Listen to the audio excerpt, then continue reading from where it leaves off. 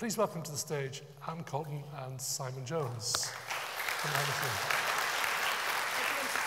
So what we're going to do is, Anne and I have known each other for quite a few years now, so this first session, ladies and gentlemen, is the Anne Colton interview, where we can ask Anne searching and challenging questions about her experience. And then Simon's going to give us a little talk from the lectern about his experience. And what we wanted was two contrasting experiences of this disease, two people who are at different stages on their journey and have had different experiences of surgical intervention or not surgical intervention because of their aortic dissections. So, Simon, if you just sort of sit there and observe for a moment, and I'll come to you in a moment. But Anne, it's so good to have you here, because you and I, we met at the first ever Aortic Dissection Awareness Day. Brompton. In the Brompton in 2016. Where's Dan? Hold the microphone up a little bit. Yeah. Hold it up. And you were just recovering from your first aortic surgery then? Yes. So you've had 3 surgeries in total? Yep. And how did that feel? Because you had an emergency dissection? Yeah, I had an emergency dissection down in Devon. I was away for a weekend, got rushed to Plymouth,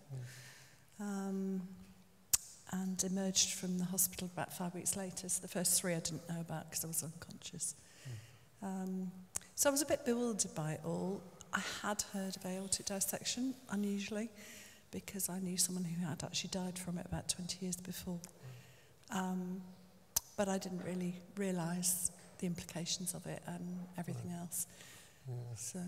So when you came to the first Aortic Dissection Awareness Day, what motivated you to do that? What was that like? Just to meet other people, to be honest. I didn't know anybody who'd had a dissection. Dan and I had reached out to each other on, I can't remember how, but anyway, he had found me and then we'd been communicating, but I really didn't know very much about it.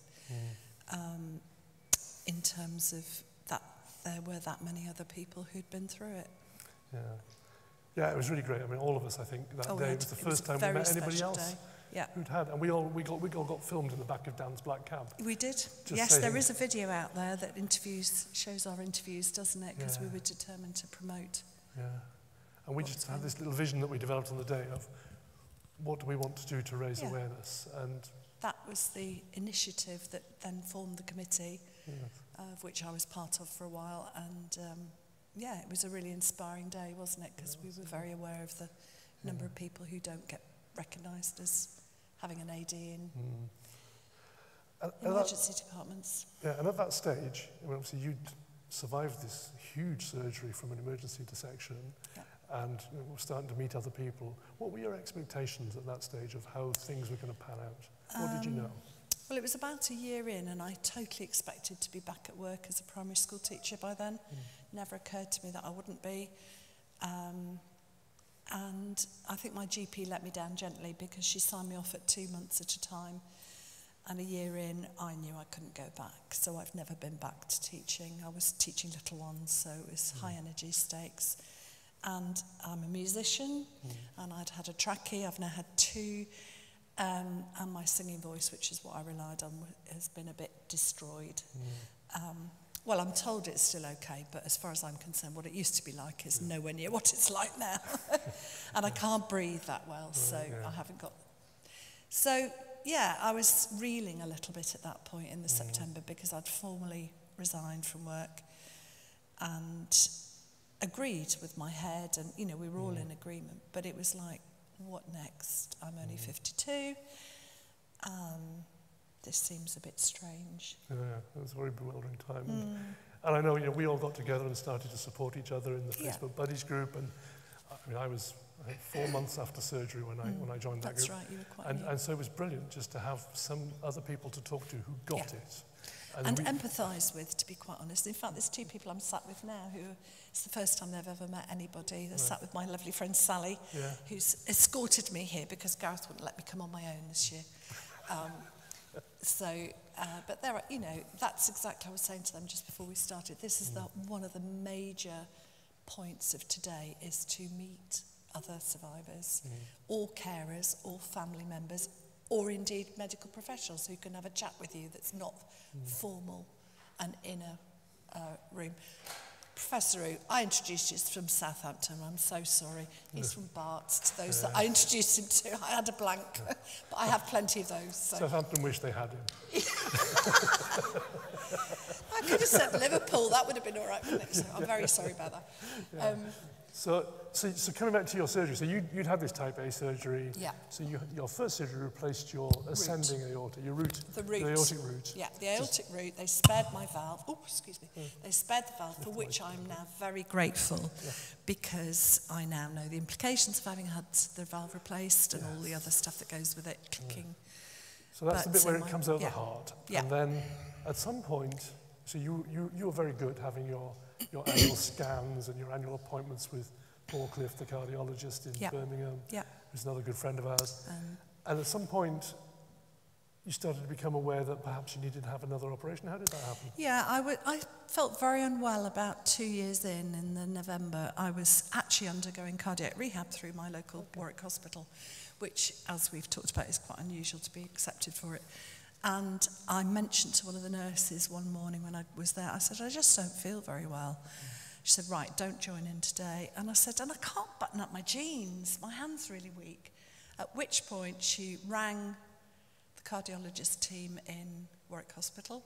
They sent me straight down there, walked into the office of the cardiologist and came out in a wheelchair, admitted to hospital. I'd had a stroke. It was something called a TIA, which is a bit different to a CVA. It's all a little bit of a mystery, but anyway. So I had a right-sided weakness. And I was in for a week. They communicated with Birmingham, with George Mascaro, all week, sending scans to each other. The end of that 1 week, they don't have cardiothoracics in Warwick, but they did have cardiologists, came and sat on my bed and said, I'm really sorry, but the considered opinion is you now need to go for more surgery to stop clots pinging off everywhere, which is clearly what it had done.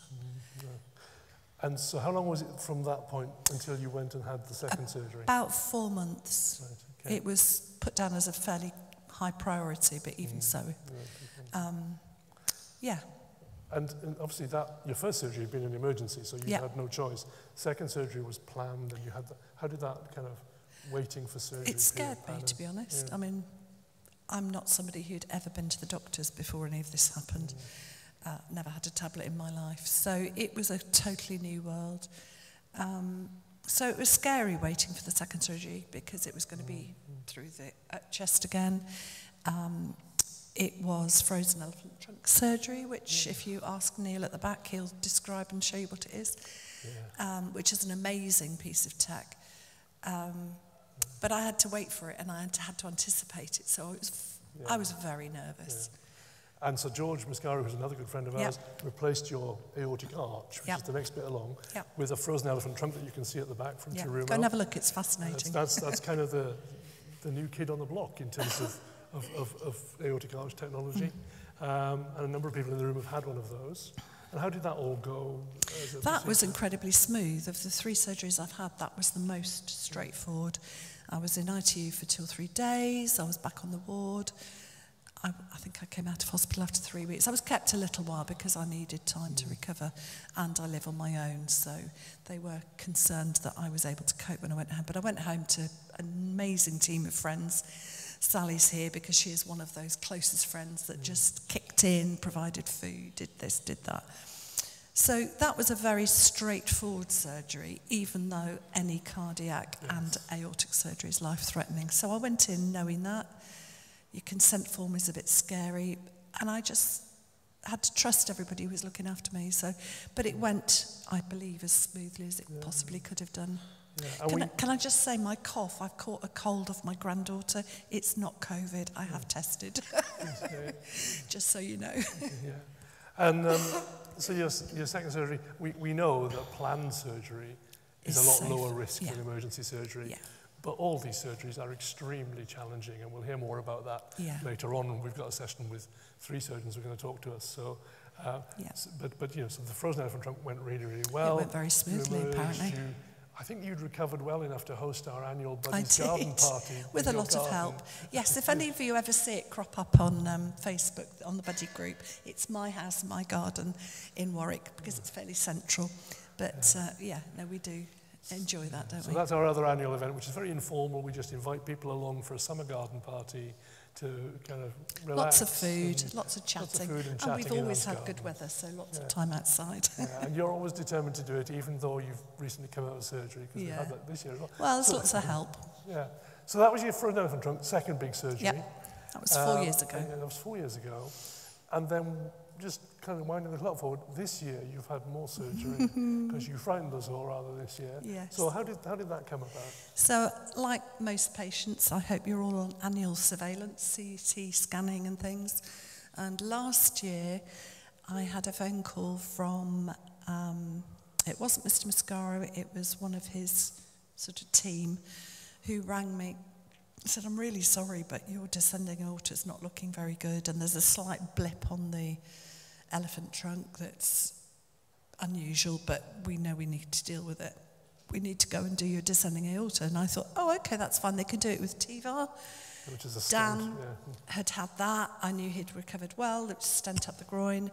And I went, oh, okay, so can it, you know, and he went, no, I'm really sorry. We need to do an open repair. And my heart sank because another surgery, another life-threatening surgery. So that took place on the 10th of March this year. And I gather from all of those who've told me since, because I don't know, that George Mascaro got inside, took a long time to get to where he needed to do, and then turned to his team and said, well, I'm not coming back in here. So he went all the way down. So my scar, my daughter measured at 75 centimetres. So it's all the way up, all the way across, and thoracic, all the way up my back. And they replaced both the descending and the abdominal aorta in that surgery. So your entire aorta is now made of Dacron. It is. Like we can see on Neil's table at the I'm back. a walking advert, Neil. You are the bionic woman. I aren't you, am, really? yeah. It's remarkable. Okay, and so I think that was a really big operation, and I know you were very, very poorly in intensive care for about a month. Yeah. We were very worried about you, which is why it's so fantastic to see you here today. Look, I mean, and how's it been since March? Well, the first 6 weeks I didn't know about. I had 47 days in ITU, but I won't go into all of that because it was complications due to bleeding and being rushed back to surgery for 9 hours and then other things happening, which I think are all part and parcel of critical surgery. My second surgery was so straightforward in comparison. If you want to know more details, ask my friend Sally, because she can probably tell you more than I know. I keep finding things out. And I was incredibly unwell when I came home, and I came home to NHS carers for 6 weeks, 4 times a day, which was an absolute godsend. They were an amazing team of people who literally helped me get out of bed, get washed, get dressed, make me food. And over the 6 weeks, I gradually improved. And I had to learn to walk again because I was so weak and things like that. But look at me, I'm here. You've done brilliantly. I avoided some of the major complications, stroke, and Claire and I communicate quite a lot. I knew going into the surgery there was a risk of paraplegia. I knew there was a risk of all sorts of things. But look at me, I'm here and I'm fine. You're doing brilliant. I can't sing anymore. Begrudge that one a little bit with the second Otherwise, trachea. we would have been doing a duet today. Yeah, we would, wouldn't we? Okay. Yeah, but never mind.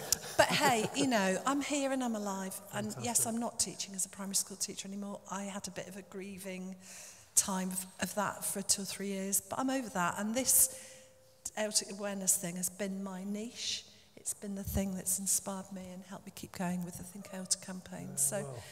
I'm just so grateful. I'm grateful to the NHS. I'm grateful to people like George and Professor Wu and others who are so skilled. And then I've been able to get involved in all sorts of things. I mean, I'm involved in the research team at Leicester with Ricardo, and I'm not on the main committee anymore, but I help organise this. So life's worth living. And I have a beautiful 14-month-old granddaughter. Fantastic. So Yes. I've just had a week away with her. So she's finally got to know That's me fabulous. because obviously I've missed out hugely this year. Brilliant. On her. So, life's good. Thank you. You are a total inspiration to all of us, and you've contributed so much to the organisation, not just in terms of the work that you've done as secretary and hosting the garden party, but just in inspiring us as you've gone through your own aortic dissection journey. Oh, thank you. So this is what good looks like after 3 major aortic dissection surgeries, after a total aortic replacement, All right, and some of you will find that very scary, Yeah. and some of you might be contemplating future surgery. Talk to Anne and realise that actually you can look this good after aortic surgery. Anne Cotton, ladies and gentlemen, Oh, thank you thank very much. you. All right, just stay here. Yeah. I think the important thing is not to be too scared.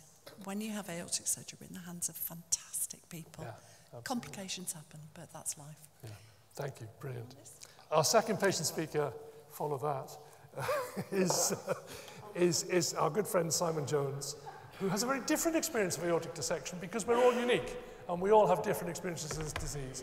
So please welcome Simon Jones to his first speaking engagement after his aortic dissection. I actually feel a little bit of a fraud being here because I'm a B-type survivor. I haven't been through any of those surgeries, but Gareth asked me to tell my more personal story about sort of what I went through. So I've got a clicker, there we go. So a little about me first. I'm 51. I'm 28 months survived my B-type. I just celebrated my 18th wedding anniversary. I've got 3 kids, they're pictured there. Louis is 16 and Finn and Nate who are 14. We have got a dog as well, but she wasn't invited to Greece where that picture was taken, so she's not in that. So I'm an exiled northerner, but I have lived in Surrey for the best part of 30 years. I spend as much time as I can in Mudderford in Dorset, especially post-dissection. That picture there is Mudderford, by the way, not Woking. Any of you that have been to Woking would already have known that. Hey, Peter. Mudderford's a great part of the world. It's right on the edge of the New Forest, and Christchurch has got 3 amazing blue flag beaches. I'm not just saying that to show off, but I'm opening an Airbnb this year, so I hope to see you all there very soon.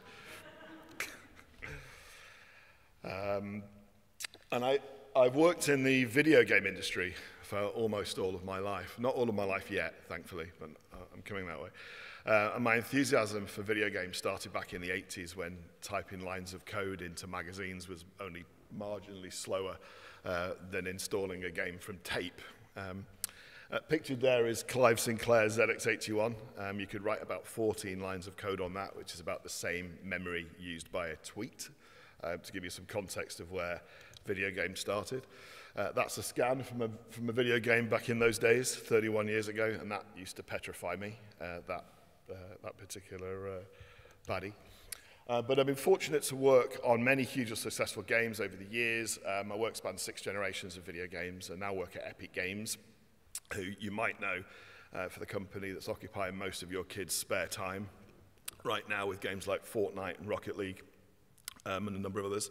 But for 7 years, I've been leading a team that used the video game technology in other industries. We use it in automotive, in aerospace, in architecture, in film and TV. If you've watched Match of the Day on the BBC, that set is all in the same technology that we build Fortnite in. And of course in medicine. And in medicine, we've been working in the therapeutic space. Sheffield University has some VR for rehab, which is doing some amazing work. In research, there's a company in Manchester that are visualizing molecules for drug discovery. And also remote and robotic surgery, which is incredible new technology which allows surgeons to operate remotely and providing haptic feedback, so it feels like they're actually cutting into the tissues they're cutting into. And of course, really importantly mentioned today in the training space.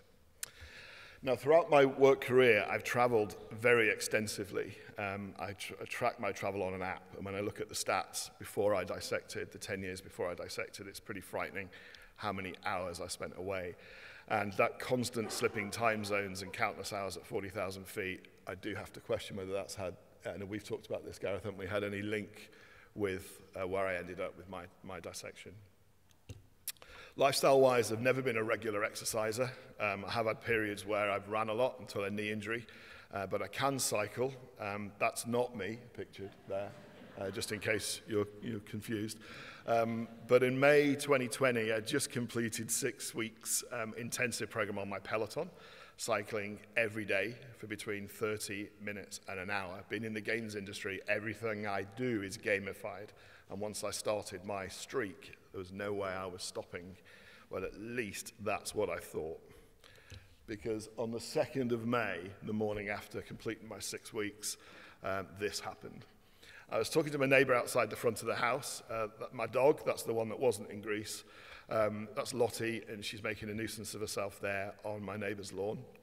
I felt an intense cramp in my stomach, causing me to arch over. I assumed it was some kind of stomach upset, so went to the toilet. The cramp was consistent, not pulsing in or out at all, as is often the case with things like trap wind, and my solution was to get to the sofa and then to bed. And about an hour or so after the pain, although not getting worse, was really starting to take its toll. My wife called 111. They really did not want to send an ambulance, but my wife was getting pretty concerned. They actually said to her, "I don't mean to be funny, but does he look like he's dying?" And she said, "Well, I've never seen him in so much pain." They did arrive promptly. They gave me gas and air, but by now the pain was such that I didn't stop begging for something better.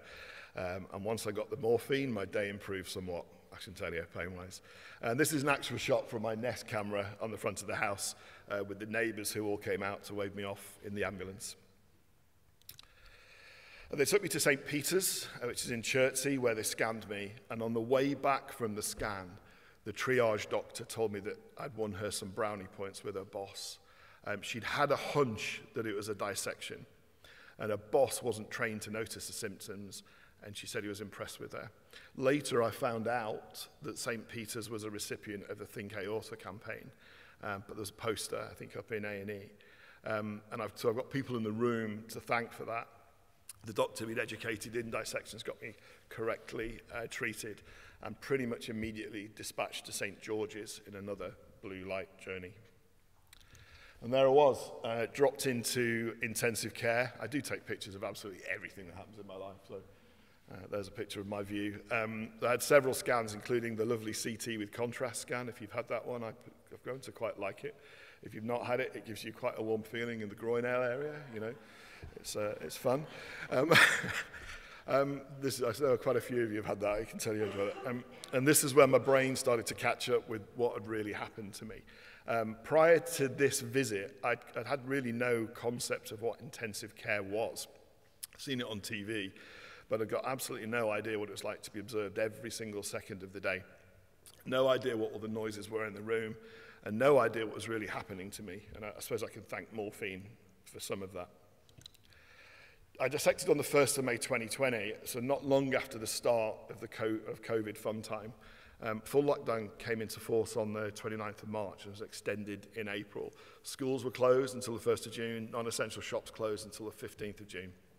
And it was months before we had the fabulous rule of 6 that came into force in September. So there were absolutely zero hospital visits were allowed. So my family were at home grasping the tiniest information on what was happening to me. And there were lots of stories of WhatsApp groups and friendship groups offering support. No one really having a clue what was going on, including me. So here's me in the ICU, looking my best self. Gareth, if you want to use that as a poster image, by all means do. Might scare people into getting checked out. And this was the hardest part of the journey, finding out if I was to have surgery. I was told I was, and then told I wasn't, which obviously I didn't in the end. And being woken to find anything from 6 to a dozen people at the end of my bed discussing me, not knowing who they were or what really they were talking about, no one really addressing me. At one point, I collared one of the doctors and in a sort of morphine haze said to him, "Is this it for me? Like, do I need to get my affairs in order?" Didn't really give me a very conclusive answer, which is quite common, I guess, when you speak to someone in medicine. In addition to all the noises and the bleeping alarms, and the unpleasant sensation from the catheter were the really quite concerning noises coming from elsewhere in the room. An alcoholic was wheeled into the room, and she continued day and night to have a massive argument with her mother on the phone, a phone that only existed in her mind. And a Geordie chap opposite me, I've never seen what he looks like to this day, but I know his complete life story from beginning to end. He had a very loud, very distinct voice, pleasant voice, but it penetrated my waking and sleeping memories. And as all of us are inclined to do, in the absence of any useful information, I turned to Google. And I can tell you there's no good news there. You've obviously been there. I read that the survival rate is 40% at 10 years post-dissection. I read that 40% of people die immediately, and that the risk of death increases 3 to 4% per hour after dissection. I've screen grabbed them there. When you read that, 3 to 4% per hour after dissection, you start counting how many hours you've been there, just to wonder whether you're coming out or not. I read that survival rate can be as low as 52% in the first year. Of course, none of this information had any context at all. And certainly no explanation of what an ascending and descending dissection might be, and any insight into treatment. This combination of really no useful specialist information and twilight hour internet searches are a pretty heady mix for someone on their first morphine holiday, I can tell you. So after 4 or 5 days, I'm really not sure how long, you really need your wife with you to count what's going on here when you don't really know what's going on, but I was thrown off a cliff, and at least that's how it felt. The transition from ICU ward to a ward felt pretty extreme. The 4-hour blood pressure checks, not nearly enough. No one really had any information for me, and it took me a while to find out even what medication that they were giving me. And then I had to deal with NHS food. Chicken tikka masala served with mashed potato and peas is not a dish I'd expect Gordon Ramsay to put on the menu at the Savoy. Pretty challenging. The Chisleden ward at St. George's had 6 beds in it, and mine was right by the window. You can see there a picture of my nice little view that I had. I made a mess, didn't I, by the looks of it. And I thought I'd won the lottery with that window view until the May sunshine started coming through the window at 5 a.m., heating the already warm up to about gas mark 15. Although the sun pretty much became kind of the least of my concerns. I got acquainted with the other inmates in the ward. Apart from the lovely chap next to me, pretty much everybody else has been treated for diabetes. And eventually they wheeled in this sort of Eastern European fellow who slept mostly but woke up shouting in what we finally worked out was Polish. And in between him sleeping, fighting with the nursing staff and ranting, we finally worked out that it was mostly 3 words that he was shouting. We're using Google Translate on the phone. The 3 words were police, hide, run. Not at all concerning. And then lovely old Tony, probably in his late 70s, and had some charming stories about his time working in wardrobe for the TV industry in the 60s and 70s. It was very charming. But he didn't sleep, and he hallucinated. And every night I was treated to him shouting. He'd regressed to his own school days and was participating in the Northumberland versus Lake District cross-country meeting. And he was accusing the nurses of making him look ridiculous by making him compete in his hospital gown and slippers. That went on quite a lot. It sounds funny to me now, but these constant breaches of peace, along with the 4-hour observations where they wake you up, really set in my own delirium. It reminded me of a book by Irvin Welsh that I read a number of years ago, where the main character descends into different levels of a drug-based psychosis. Certainly felt like that. Anyway, the doctors kept me there for the best part of 2 weeks before letting me go, and during that time I wasn't allowed a single visitor, although my brother-in-law rocked up with a care package which contained headphones, iPad, underwear, muesli, you know, the luxuries in life. And just to add to the misery, they kept me in over the 4-week VE Day anniversary celebrations. I could see the fireworks from that window, a room with a view, very Hitchcock. They were also monitoring my CRP, which I was told was an inflammatory marker. I was told normal rates were about 10 to 20, and mine was tracking over 150.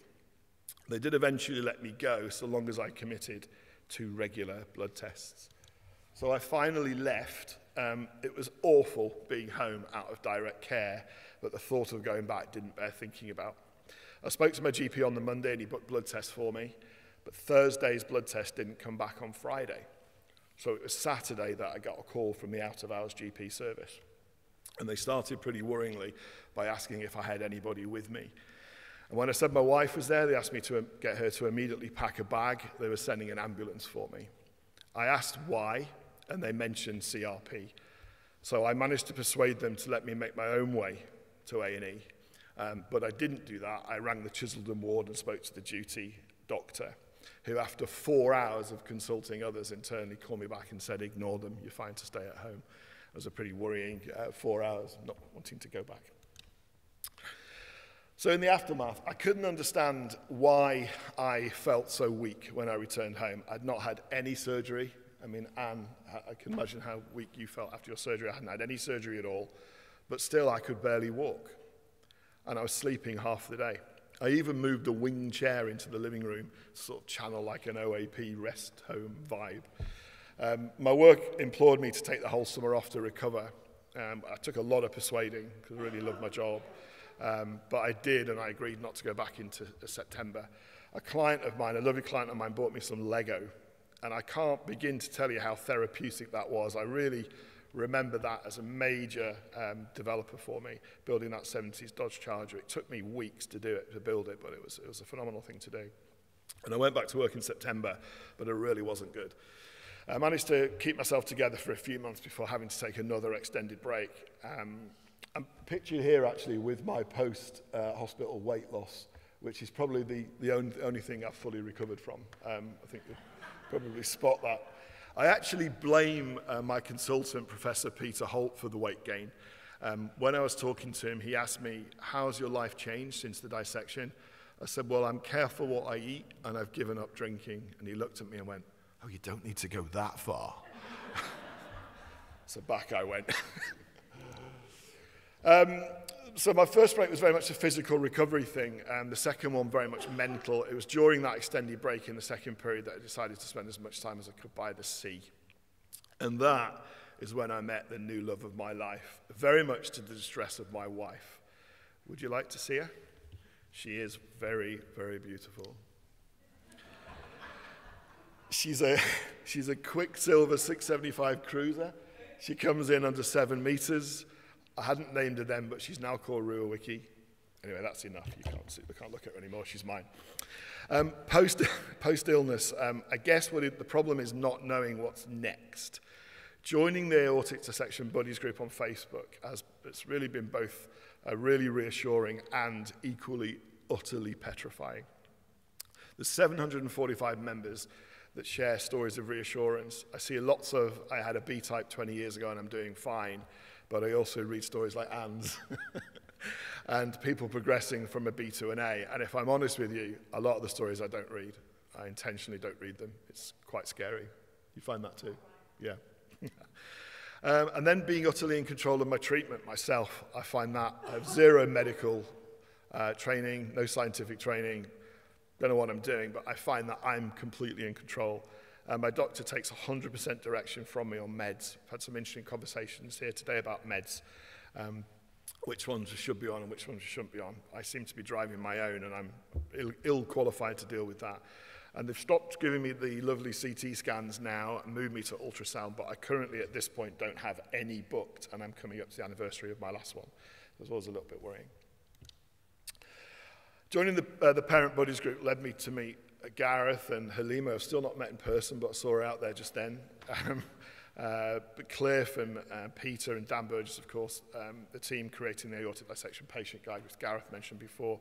I was able to make a small contribution to help bring together a large number of the contributors to eventually launch the book at SCTS in Belfast earlier this year. Annoyingly, I caught my only ever bout of COVID a few days before, so I had to cancel. So other than Peter, who's at the back of the room, that very kindly popped round to collect the posters for that event, today's the first time that I've met anybody associated with that group or campaign. I'm so pleased that this book has been produced, because I seriously wish that my family and I had access to that when I dissected. It would have saved me from Google, which was a painful experience. Post-illness, so it's the not knowing what's around the corner that really weighs heavily. After all, how serious is a B-type? Could I remain this way for the rest of my life? Should I be more careful what I eat and drink? Should I exercise, and which types are bad? How much should I travel? What about work? Should I stop? Should I carry on? I need knee surgery too. Is that dangerous? The doctor said to me, if you have a knee replacement, it will only last you 20 years. He said to me about 5 years ago, try and hold off as long as you can. Now I'm thinking, will I survive 20 years? Should I have my surgery now? And is it too dangerous to have? The cause, like many of us, I'm nowhere near knowing why this happened. Blood pressure is an obvious candidate, but I've never once even had a high blood pressure reading in blood pressure tests over the years. I've recently received the results of the genetic test. It took 2 years from me being invited into that program to getting the results this month. I've been told that I've been tested against 32 known causational genes, that no pathogen variants were detected. So I've been advised for close family and my kids to test at 45. My brother just did have a test, had an aorta scan with no problems detected. My parents and sister plan to do that soon. My oldest kid's 16, so I'm hoping that I'm around in 30 years to be able to remind them to get scanned. As is always the case, it's your friends that bring you back to earth. When I explained to my neighbour the differences between the types of dissection, she happened upon her own analysis. Oh, she said, you're B-type. It's aortic dissection light. It's a bit harsh. And there's so much that I feel that, that hasn't been answered. I mean, does a B-type always progress to an A-type? I was 49 when I dissected. I was told that was young. What does that mean? Is that good, bad? What's my life expectancy? Why do I worry about every single twinge in my chest? What about the alarmingly regular palpitations I started getting 2 months ago? My illness informs everything I do. It's made me plan for early retirement. However, despite all the talking about the illness, despite all the amazing work done by Gareth and Dan and the team to boost awareness of this illness, it's completely failed on my mother, who still calls my illness an aortic thingamajig. And so that is my story. I am Simon Jones, survivor of aortic thingamajig light. Thank you very much.